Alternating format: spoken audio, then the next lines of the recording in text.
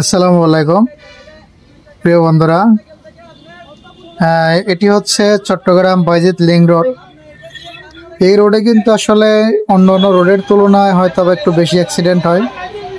এই যে দেখতে পাচ্ছেন অটোরিকশার ড্রাইভার মুখোমুখি সংঘর্ষ হয়েছে। অটোরিকশার ড্রাইভার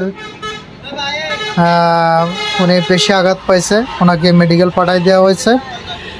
আরে গাড়ির ভিতরে যারা প্রাইভেট কারের ভিতরে যারা ছিল তাদের কোনো ক্ষতি হয়নি, তবে প্রাইভেট কারের সামনে দিয়া দেখতে পাচ্ছেন ভেঙে চলে গিয়েছে।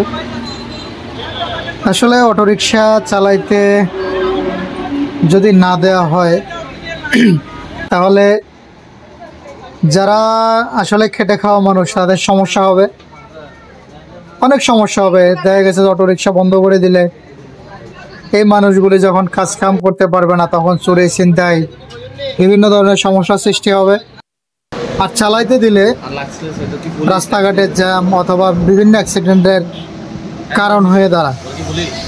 আসলে সব দিকেই সমস্যা। আসলে আমাদের দেশের বর্তমান যে পরিস্থিতি, এর ভিতরে বন্ধ করা আসলে উচিত না। যদিও অভিযান চলতেছে, প্রত্যেকদিন অটোরিকশা ধরতেছে, তো তারপরে ওগুলা আসলে বন্ধ করা যাবেও না, আর বন্ধ সম্ভবত করাও হবে না।